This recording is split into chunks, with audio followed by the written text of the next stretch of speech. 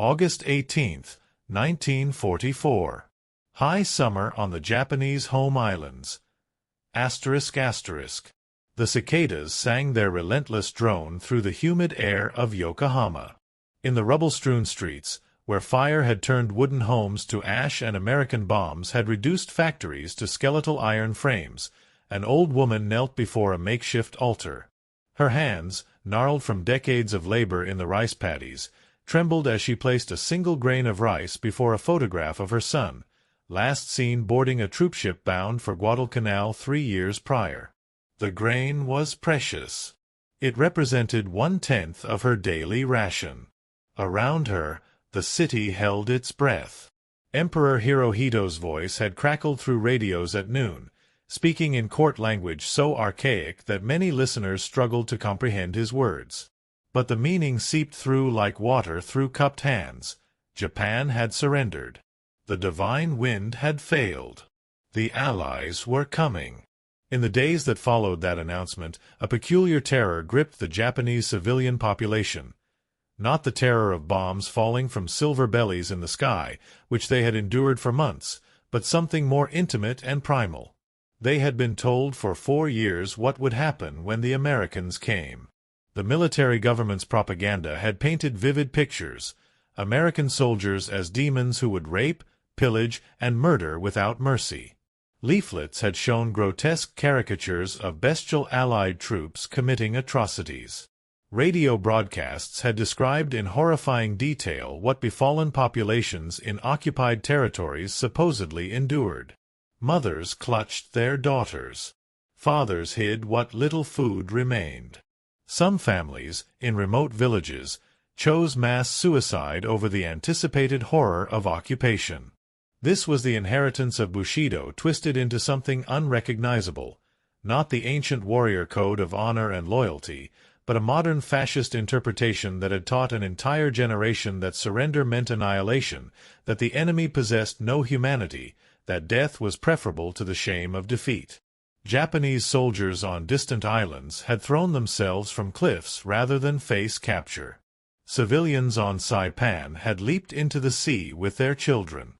Now, with American forces preparing to land on the home islands themselves, millions of Japanese civilians prepared for an ending written in blood and fire. But the Americans who began arriving in late August 1945 did not arrive as the propaganda had promised.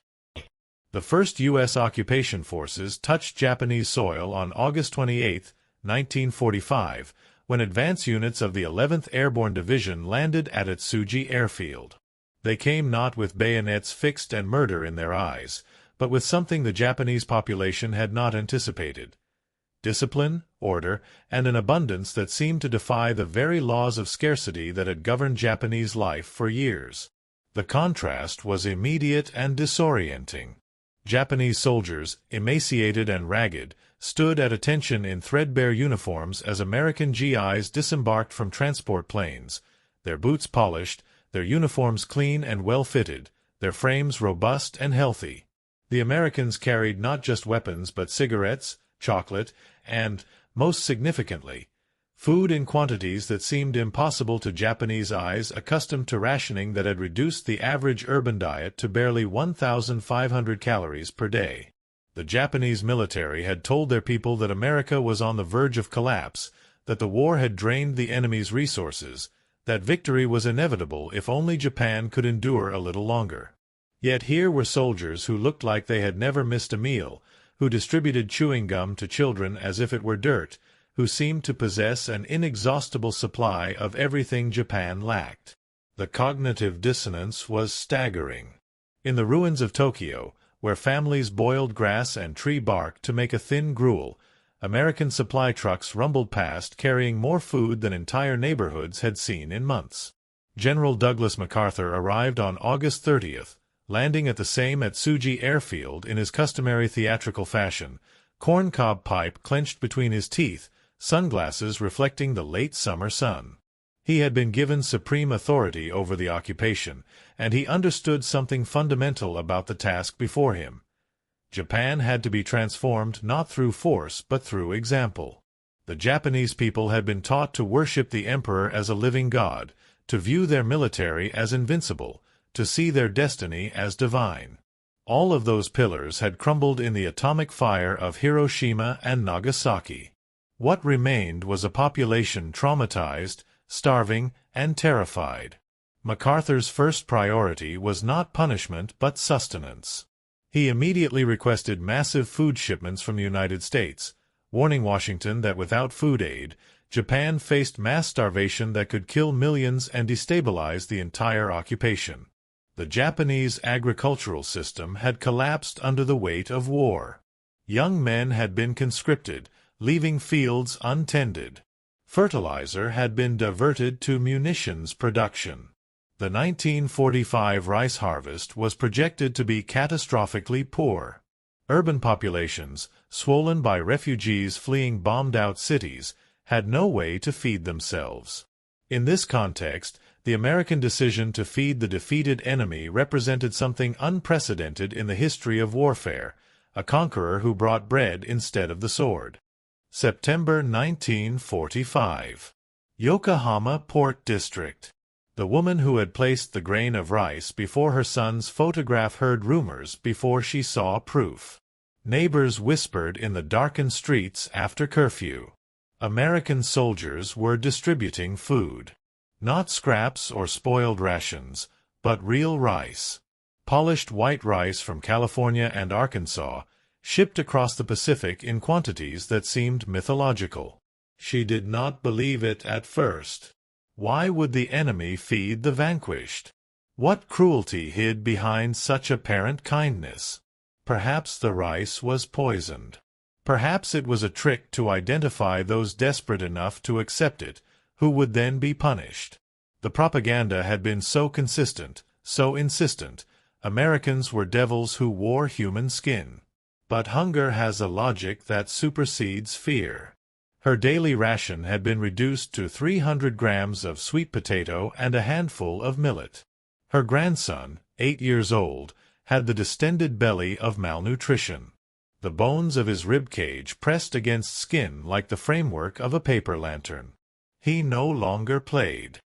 He merely sat, conserving energy his body did not possess. When she looked at him, she saw her son's face, the boy who had gone to war believing in the divine mission, who had never returned.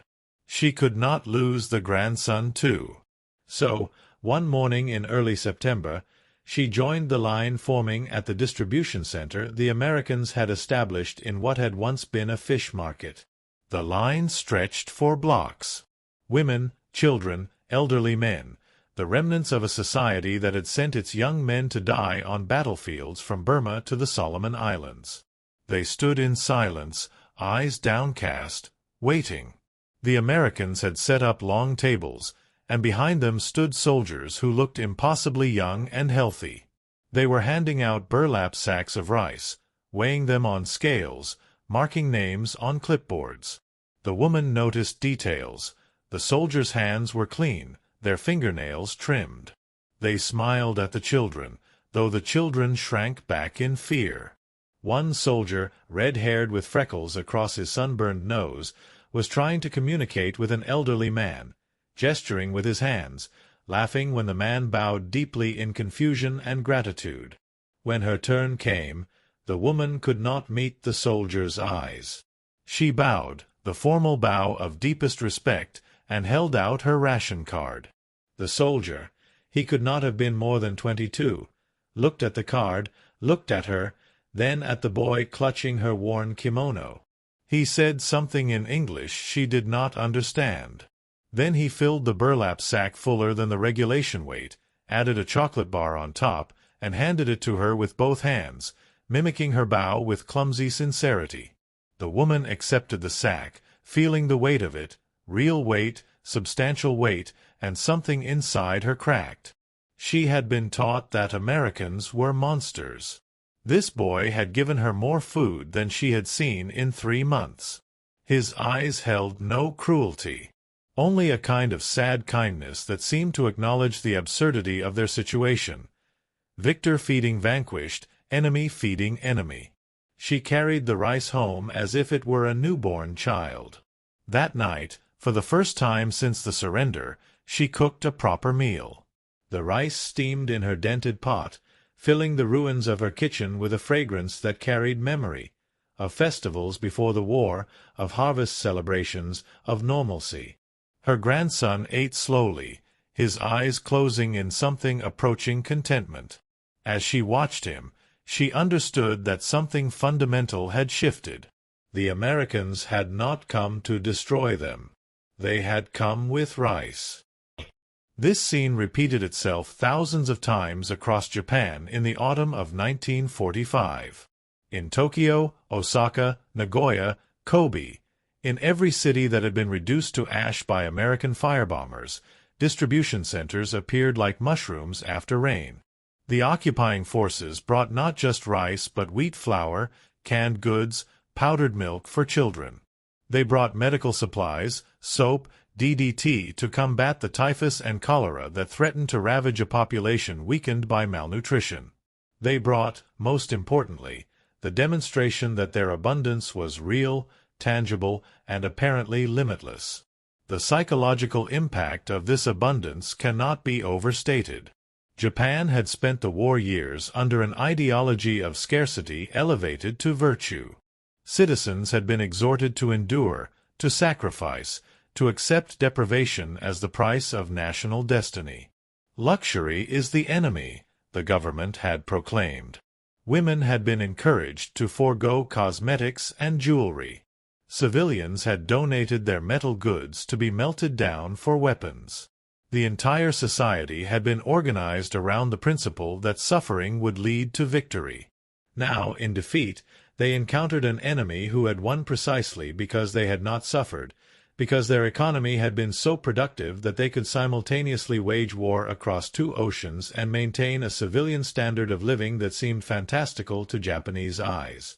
American soldiers, for their part, were often bewildered by the fear they encountered. Private First Class James Walsh, a farm boy from Iowa, wrote home to his parents in September 1945, "The Japs we've met here in Yokohama are nothing like we expected. They're just regular folks, scared out of their minds. Saw a little girl today who couldn't have been more than 6, just skin and bones. I gave her my chocolate ration and she looked at me like I'd handed her a bar of gold. Made me think of Sarah, his younger sister back home. We were told we were fighting monsters. These are just people who got caught up in the same mess we did, except they lost and we won. It's strange feeding folks who were trying to kill us just a few weeks ago. But orders are orders, and honestly, it feels better than fighting." This sentiment was not universal among the occupation forces. Many American soldiers carried deep hatred for the Japanese, forged in the brutal island campaigns of the Pacific, stoked by accounts of the Bataan Death March, the rape of Nanking, the treatment of Allied prisoners of war. They had seen friends die in ways that erased easy sympathy. Yet the military discipline imposed by MacArthur's command was strict. Fraternization was initially forbidden. Looting was punishable by court-martial. Crimes against civilians were prosecuted. The occupation forces were to be, in MacArthur's vision, not conquerors but teachers, demonstrating through conduct and example the principles of democracy and humane governance. The rice became the symbol of this approach. It was not charity in the traditional sense, but rather pragmatic policy. A starving population would be ungovernable, susceptible to communist agitation, unable to participate in the reconstruction MacArthur envisioned.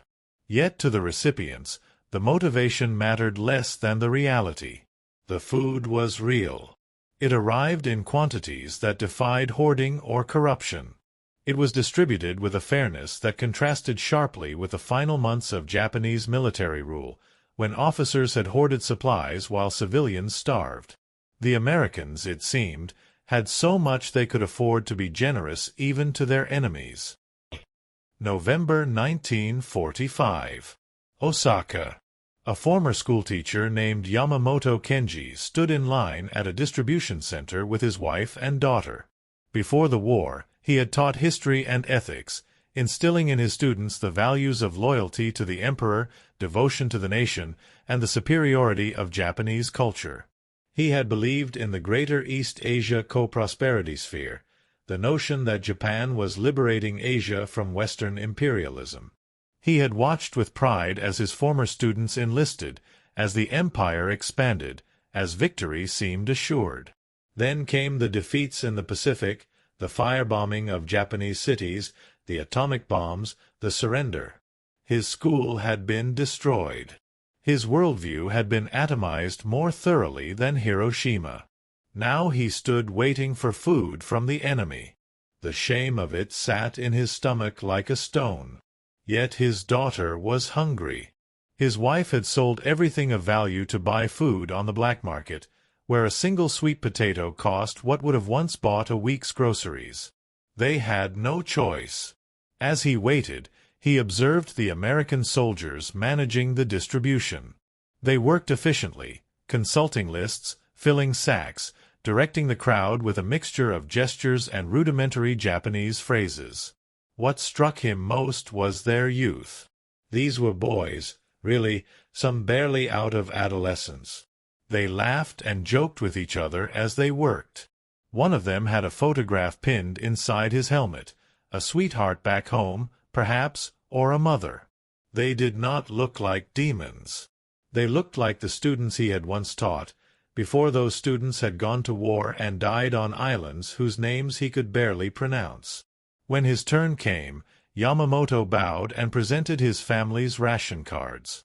The soldier, a tall man with a drawling accent that suggested America's southern states, counted out the rice and added a tin of Spam.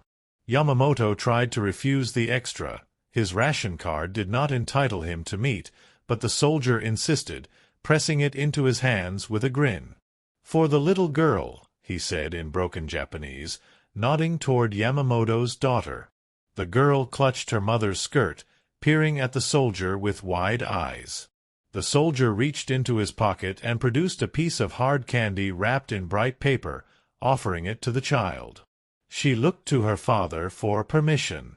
Yamamoto, his throat tight with confused emotion, nodded. The girl accepted the candy, bowed with the careful formality children are taught, and whispered, "Thank you." Walking home, Yamamoto carried the sack of rice and the tin of Spam and felt the weight of his previous certainties dissolving. He had taught his students that Americans were crass materialists without culture or honor, that they were racial inferiors who had built their nation on the backs of slaves and immigrants, that they lacked the spiritual refinement of Japanese civilization. Yet here was an American soldier who had given extra food to a starving child, who had shown more compassion in that moment than the Japanese military government had shown to its own people in the final desperate months of the war. Yamamoto had been taught to despise weakness, to view surrender as the ultimate dishonor. But was it weak to feed your enemy's children? Or was it something else, a strength born not from Bushido but from a different philosophy entirely, one that viewed human life as inherently valuable regardless of nationality or loyalty? That night, as his family ate rice and thin slices of the canned meat fried in precious cooking oil, Yamamoto began to question everything he had believed. The transformation did not happen all at once. It was not a sudden conversion but a slow erosion, like water wearing away stone. But the rice was the beginning. Each grain he placed in his mouth was evidence that the world was not as he had been told. The Americans had not come to exterminate them.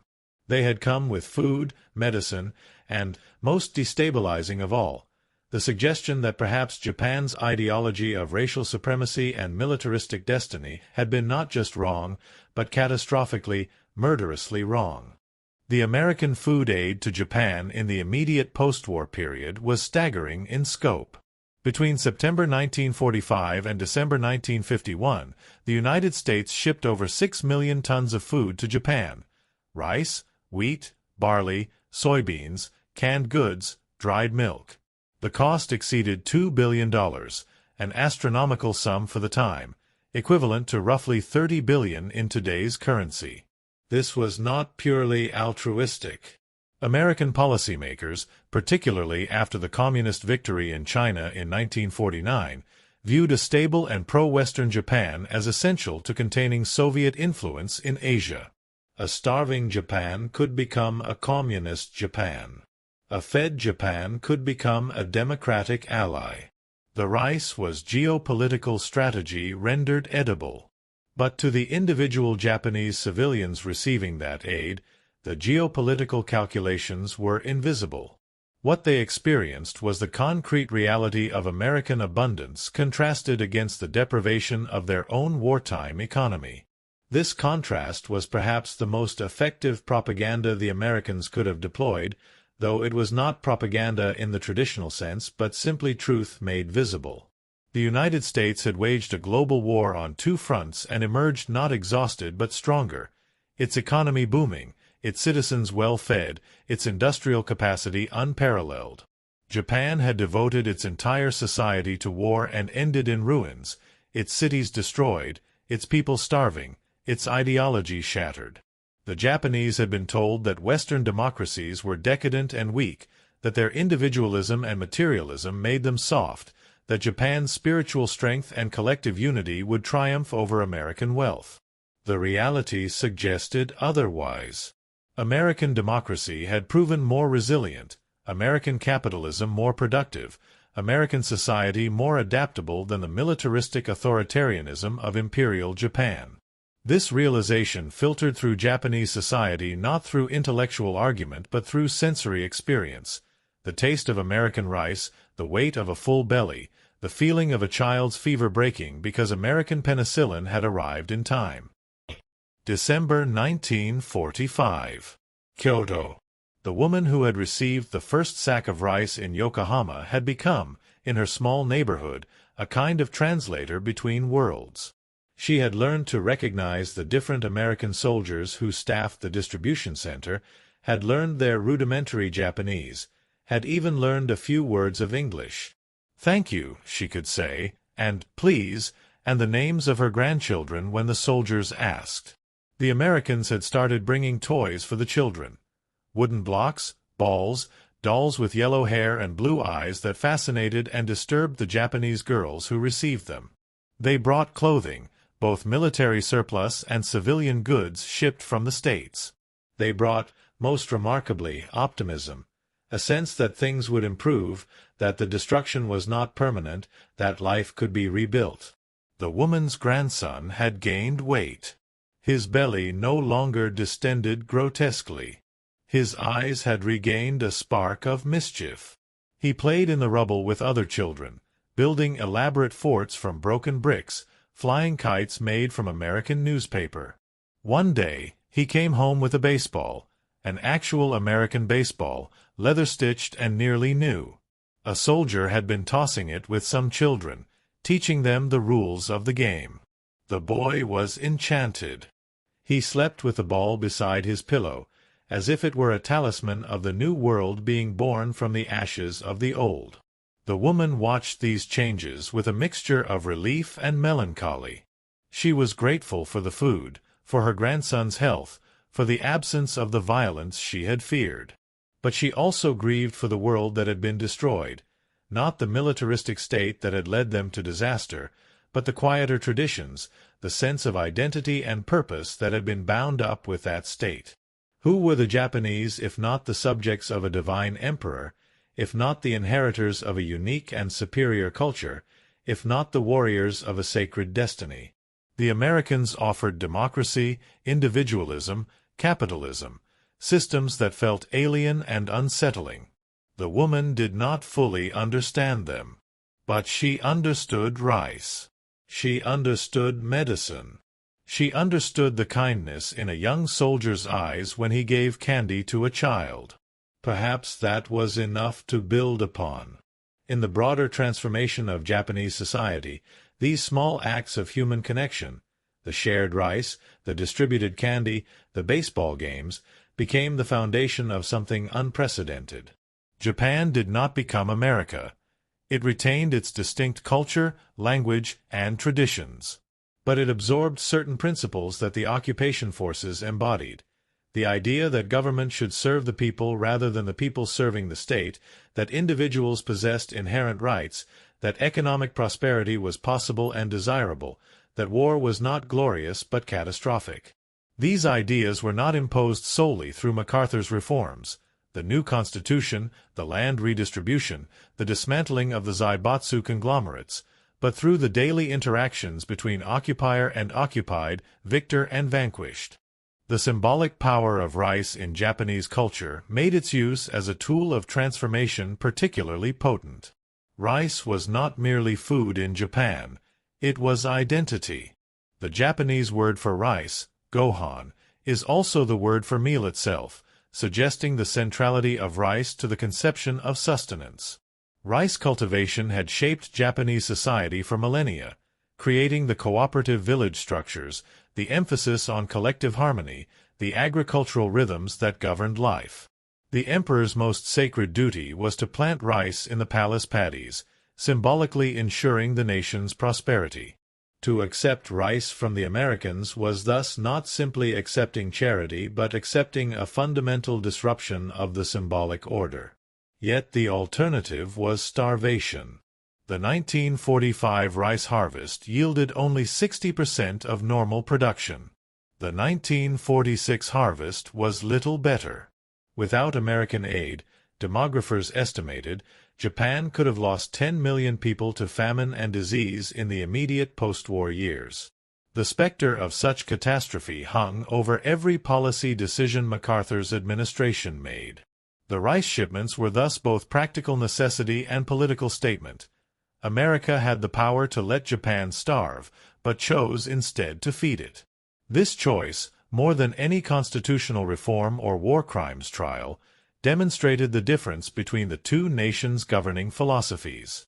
The Japanese soldiers who had expected to fight to the death defending the home islands, who had been drilling civilians with bamboo spears in preparation for the American invasion, found themselves instead working as translators and administrators for the occupation forces. Many experienced profound cognitive dissonance. They had been taught that surrender meant dishonor worse than death, yet here they were, alive and working with the enemy. Some committed suicide, unable to reconcile their ideology with reality. Others, pragmatically, adapted. A former Imperial Navy officer named Takeda Shiro, who had survived the sinking of his destroyer at Leyte Gulf, found himself employed by the occupation authorities to help organize food distribution in Hiroshima. Takeda had lost friends in the atomic blast. The ship's crew he had trained with had been stationed at the Kure naval base near Hiroshima when the bomb fell. He had expected to hate the Americans with a hatred beyond words. Yet when he worked alongside them, distributing rice to survivors of the blast, he found his hatred complicated by their efficiency, their genuine concern for the victims, their lack of vindictiveness. One American officer, a captain from California, had fought in the Guadalcanal campaign. He had every reason to despise the Japanese. Yet he worked 16-hour days organizing the relief effort, personally carried supplies to orphanages, advocated fiercely for more resources. Takeda asked him once, through a translator, why he cared so much about people who had been his enemies. The captain had shrugged and said something in English that was translated as, "The war's over. Now we rebuild. That's what we do." This philosophy, pragmatic, forward-looking, focused on solutions rather than vengeance, struck Takeda as almost incomprehensible from the perspective of his training. Japanese military culture emphasized the past, the debt owed to ancestors, the eternal nature of honor and shame. American culture, at least as embodied by these occupation forces, seemed to emphasize the future, the possibility of change, the malleability of identity. You were not forever defined by your worst moment. You could, through work and transformation, become something different. This idea was revolutionary to a society built on rigid hierarchies and inherited status. Spring 1946. Cherry blossom season. The cherry trees bloomed along the avenues of Tokyo that had somehow survived the firebombing. The contrast between the delicate pink blossoms and the surrounding devastation was almost unbearable in its beauty. Japanese families came to view the blossoms as they had for centuries, a ritual connection to continuity and transience, to the aesthetic philosophy of mono no aware, the pathos of things, the awareness that beauty is inseparable from impermanence. But this year, American soldiers joined them. GIs sat beneath the cherry trees with Japanese civilians, sharing rations, attempting conversation with phrasebooks, taking photographs. These encounters were officially still forbidden under fraternization rules, but the regulations were increasingly ignored. How could you maintain the fiction of separation when American troops were everywhere, when they worked alongside Japanese civilians on reconstruction projects, when they patronized black market vendors and learned to eat sushi and tried to navigate the complex etiquette of bowing? The boundaries between victor and vanquished blurred in the daily necessity of coexistence. Japanese women who had been taught that American men were rapists found themselves working as secretaries and translators in occupation offices, treated with professional respect. Japanese children who had been taught to fear the foreign devils played baseball with American soldiers and learned English phrases. The older woman from Yokohama, whose grandson now spoke broken English and dreamed of becoming a baseball player, brought her family to see the cherry blossoms in Ueno Park. They sat on a worn blanket, eating onigiri rice balls made from American-supplied rice, drinking weak tea. Nearby, a group of American soldiers had spread out their own picnic, seemingly baffled by the Japanese custom of sitting quietly to admire flowers, but gamely attempting to participate. One of the soldiers had a camera. He approached the woman's family, gesturing to ask if he could take their photograph. The woman hesitated. Her son had died fighting Americans. Yet this boy with the camera had nothing to do with that death. He was just a boy far from home, trying to document this strange world he found himself in. She nodded. The soldier snapped the picture, then gestured for her to come see it through the viewfinder. She saw her family, grandson grinning, daughter-in-law serene, herself looking older than she felt, framed by cherry blossoms, captured in silver gelatin. The soldier gave her a thumbs up. She bowed. He bowed back, awkwardly. The cherry blossoms drifted down like snow. This photograph, or thousands like it, represented a transformation that statistics cannot capture. The war had killed millions. It had destroyed cities, shattered economies, revealed the depths of human cruelty. Yet here, in the ruins, humans connected across the gulf of language and enmity. They shared rice. They admired flowers. They acknowledged each other's humanity. It was not redemption. The dead remained dead, the atrocities unerased. But it was something. A beginning. The transformation of Japanese perception of Americans occurred in layers. The first layer was simple relief. The anticipated atrocities had not materialized. The second layer was gratitude. Food had arrived when starvation loomed. The third layer was more complex, a grudging respect for the organizational efficiency and material abundance of the occupation forces. The fourth layer was deeper still, a recognition that the American system, for all its foreignness, had produced not just wealth but a kind of society that treated its citizens, and even its defeated enemies, with a basic level of dignity that the Japanese military government had failed to provide. This recognition was painful. It required acknowledging that everything the propaganda had taught, everything the government had promised, had been lies built on lies. The emperor was not divine. Japan was not invincible. The war had not been a sacred mission but a catastrophic error driven by militaristic hubris. The soldiers who had not died for a glorious cause, but had been sacrificed to the ambitions of generals and politicians who had led the nation to ruin. This truth was bitter beyond measure. Many Japanese could not accept it and retreated into denial or nostalgia for the imagined purity of the imperial mission. But many others, particularly the young, embraced the new reality with an enthusiasm that startled the occupation authorities. Japanese students flooded into English classes. They consumed American movies, music, literature with voracious appetite. They adopted American slang, American fashion, American dating customs with a speed that suggested not capitulation but liberation. For these young people, the old order had brought only death and destruction. The new order brought jazz, Coca-Cola, romance, and the intoxicating possibility that you could choose your own path rather than having it dictated by family, emperor, and state. The rice that had saved them from starvation became a gateway to transformation more fundamental than political reform. It was the beginning of what would be called the American Century in Japan, a period in which Japanese culture absorbed and adapted American influences while retaining its distinct identity, creating a hybrid modernity that was neither purely Japanese nor purely American but something new. August 1946. 1 year after surrender. The woman from Yokohama stood in her kitchen, cooking rice. It was American rice still, but the distribution system had become more regular, more predictable.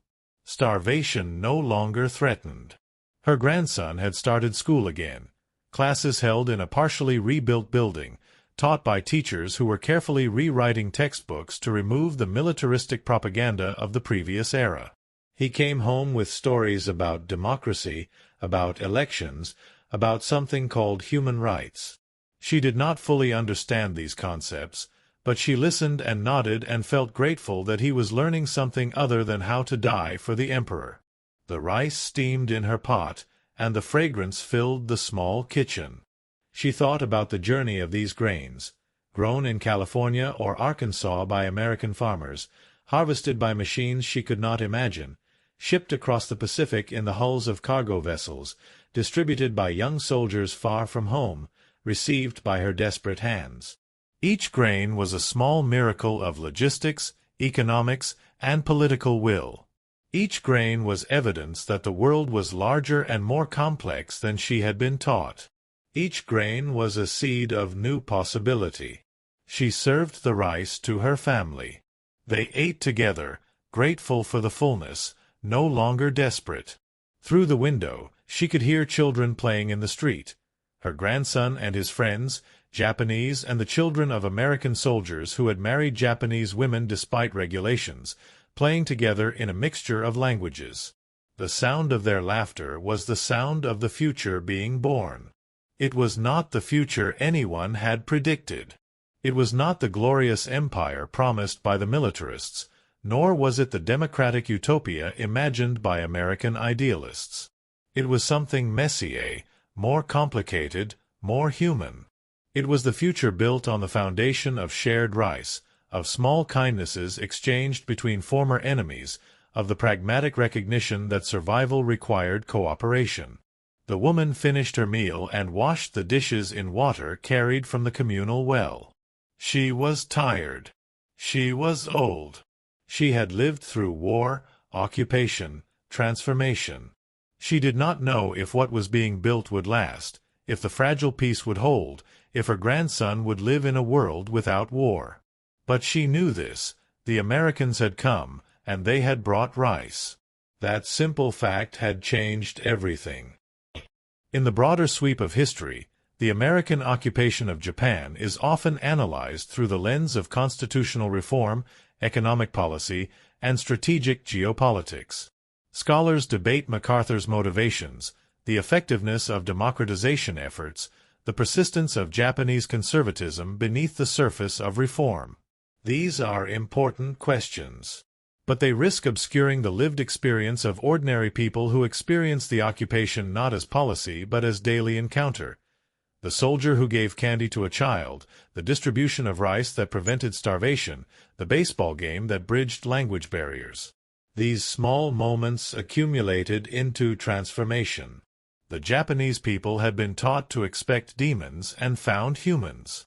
They had been promised that resistance would bring honor and found that surrender brought food. They had been told that their culture was superior and encountered a different culture that demonstrated through abundance rather than argument that other ways of organizing society were possible. This was not conquest in the traditional sense, where the victor imposes his will through force. It was something stranger and more powerful. Conquest through example, through the demonstration that the ideals America claimed to embody, democracy, prosperity, individual freedom, were not merely propaganda but principles that produced tangible results. The rice was the symbol and substance of this transformation. In Japanese culture, to share food is to create obligation, to establish relationship, to acknowledge common humanity. By feeding their defeated enemy, the Americans created a debt that was moral rather than merely material. They demonstrated that their power was not just destructive, the B-29s that had burned Japanese cities, but also generative, capable of nurturing life even in the ruins of war.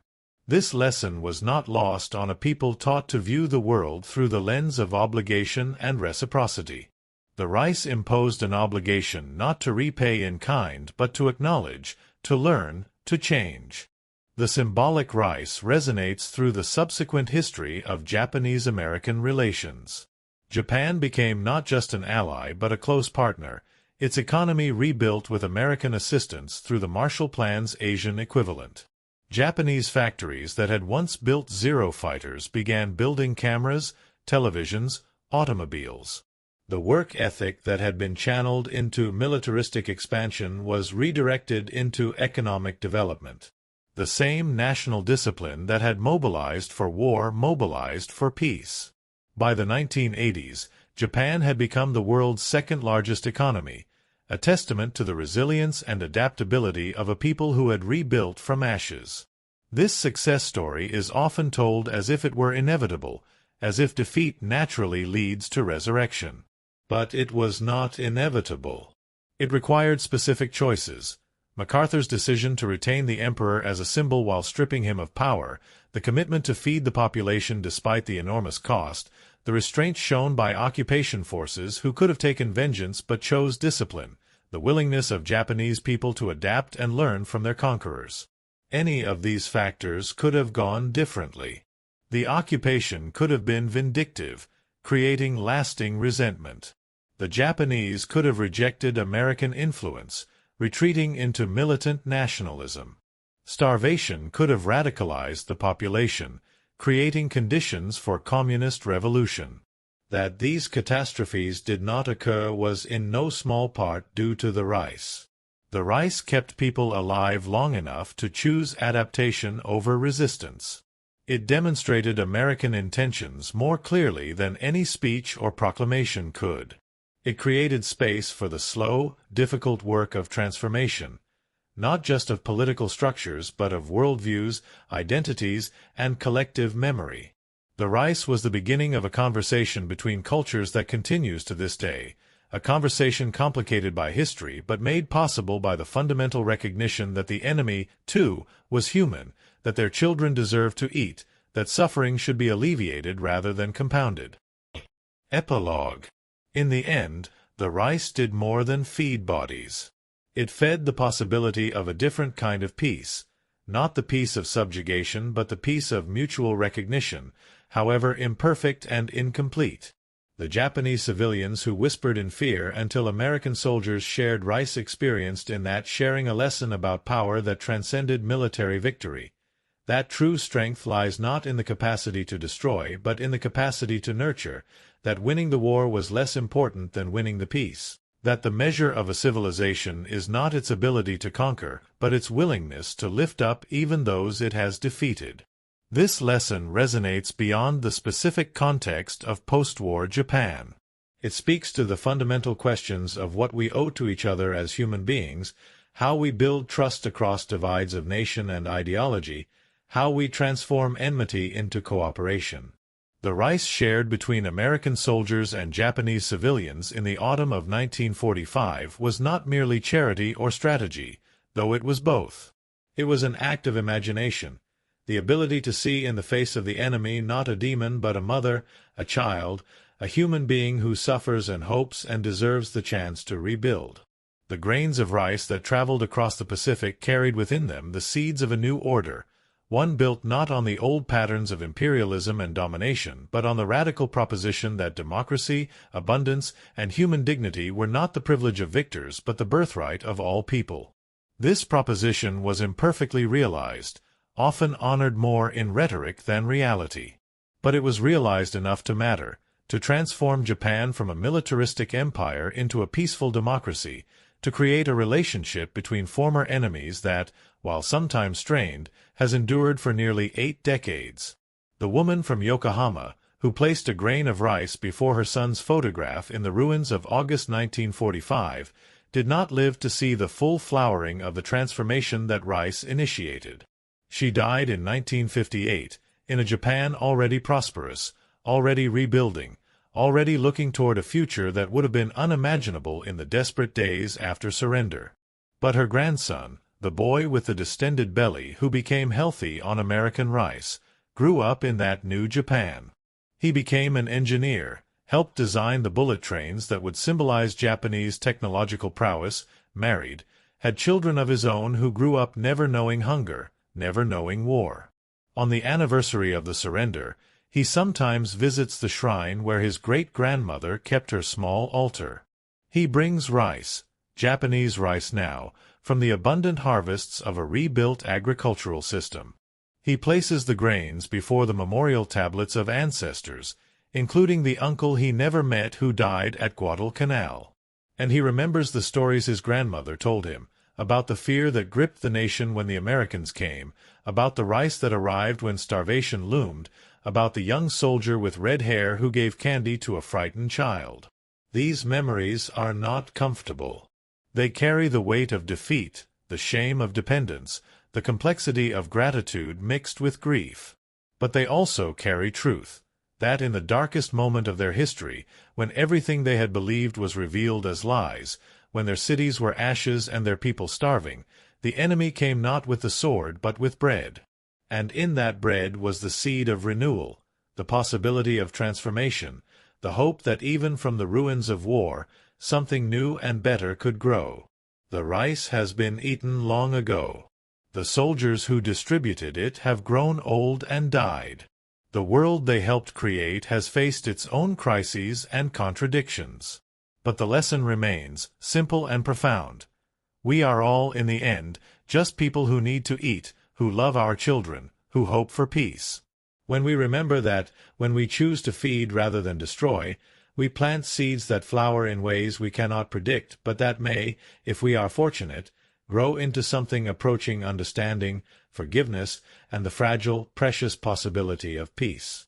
The grains of rice that crossed the Pacific in the autumn of 1945 carried within them not just calories, but a message about what kind of world might be possible if we choose, however imperfectly, to see the humanity in our enemies, to share what we have in abundance, to build bridges across the chasms of war and hatred.